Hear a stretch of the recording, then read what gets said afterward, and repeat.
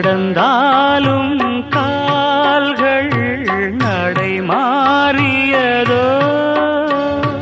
மறைத்தாலும் கண்ணீர் மடை தாண்டியதோ,